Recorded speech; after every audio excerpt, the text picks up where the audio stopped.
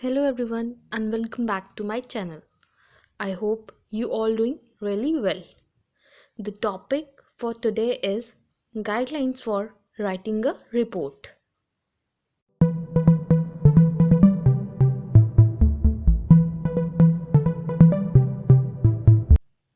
So friends, last video में हमने contents के बारे में पढ़ा था. आज हम देखेंगे वो छोटी छोटी चीज़ें जिनका ध्यान रखना होता है while writing your report. Means कुछ ऐसे गाइडलाइंस जो कि हैं. नंबर 1 पे आता है टाइपोग्राफी. इसमें आपको ध्यान रखना है पेपर क्वालिटी अच्छी होनी चाहिए. That is unruled paper of 11 inch size and 13 to 16 pound weight and only one side of the sheet should be used. Margins दोनों साइड पे एटलीस्ट 1 इंच की होनी चाहिए. नेक्स्ट है कोटेशंस. इनको यूज़ करो बट लिमिट्स में, as its over use will kill the originality and value of report. और अगर कोटेशंस 4 या 5 लाइन से ज़्यादा है then it should be single spaced and intended at least half an inches to the right of the normal text margin.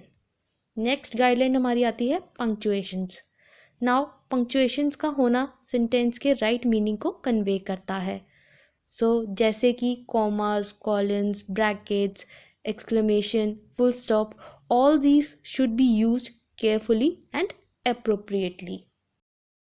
Then is the bibliographies. Bibliography, as I already told you, that it's the source we use in our report. These are arranged in alphabetic order with the author's last name appearing first. Then is the reference. Reference हमें बताती है जो भी हमने direct and indirect quotations use की हैं research report में in order of their appearance in the text. यानी कि जैसे जैसे हमने जो रेफरेंस यूज़ करी उसको उसी के नंबर वाइज उसे अरेंज किया. आइए देखिए कैसे.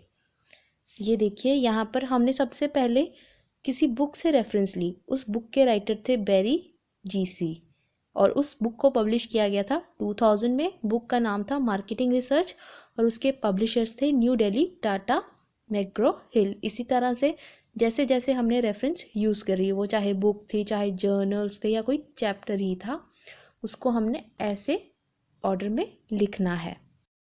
नेक्स्ट गाइडलाइन है फुट नोट्स. फुट नोट्स क्या होते हैं? जब एक पेज के फुट पे यानी कि एंड में नोट्स दिए होते हैं. अब वो नोट्स कौन से होते हैं? मान लीजिए हमने अपने टेक्स्ट में कोई भी टर्म यूज़ करी, उसका मीनिंग ऑथर को पता है कि उन्हें नहीं पता होगा जो हमारे रीडर्स हैं, तो ऐसे में उस टर्म को वो अंडरलाइन कर देता है और उसके ऊपर ब्रैकेट में नंबर 1 डाल देता है. यानी कि उस पेज पे ऐसी बहुत सारी टर्म्स हो सकती हैं, तो हो सकता है वो टर्म जो वो पहली हो, देन उसके नीचे हम फुट नोट पे जा सकते हैं, वहाँ देख सकते हैं कि नंबर 1 पे जो टर्म है उसका मीनिंग क्या है. ऐसे ही पूरे पेज पे फिर कोई दूसरी टर्म ऐसी आई, उसके ऊपर ब्रैकेट डाल के 2 लिख रखा है, तो वो हम जाके देख सकते हैं फुट नोट पे कि 2 नंबर पे जो टर्म है उसका मीनिंग क्या है. नेक्स्ट हमारी गाइडलाइन है पेजिनेशन. पेजिनेशन का मतलब होता है पेज नंबरिंग करना रिपोर्ट की. जिन पेजेस पे प्रीफेटरी इन्फॉर्मेशन होती है जैसे कि टाइटल, प्रीफेस एक्सेट्रा, उनको तो हम रोमन नंबर यूज़ कर सकते हैं. जहाँ से मेन बॉडी शुरू हो गई वहाँ पे आप अपनी जो नॉर्मल काउंटिंग रहती है 1 2 3 एंड सो ऑन वो यूज़ कर सकते हैं. या फिर ये टोटली आप पे डिपेंड करता है कि आप पेज नंबर 1 यानी कि टाइटल को पेज नंबर 1 दे रहे हो एंड सो ऑन, जहाँ तक आपकी रिपोर्ट जा रही है उसको वैसे ही नंबरिंग कर रहे हो. हमारी 8th गाइडलाइन क्या कहती है? Labelling tables and figures. जो भी आप टेबल्स या फिगर्स अपनी रिसर्च रिपोर्ट में इंक्लूड करो उसकी लेबलिंग ज़रूर करनी है. जैसे कि मान लीजिए आपकी रिपोर्ट में चैप्टर नंबर 5 है, उसमें आपके टेबल्स हैं, तो जो आपका फर्स्ट टेबल होगा ना उसमें आप उस टेबल को क्या नंबर दोगे या क्या नाम दोगे? दैट इज़ टेबल नंबर 5.1, यानी कि वो उस चैप्टर का फर्स्ट टेबल है. तो और चैप्टर नंबर क्या है? 5, तो टेबल नंबर आ जाएगा 5.1 लेबल कर दोगे. और अगर फिगर है, मान लीजिए आपने कोई टेबल बनाया, उसी के साथ का रिलेटेड कोई फिगर था, तो उसको आप लेबल दे दोगे फिगर नंबर 5.1, क्योंकि वही हमारे उस चैप्टर का फिगर नंबर 1 है. और अगर ऐसे ही कोई टेबल नंबर 5 है तो उसी चैप्टर के आप टेबल नंबर 5 को क्या लेबल कर दोगे, टेबल नंबर 5.5।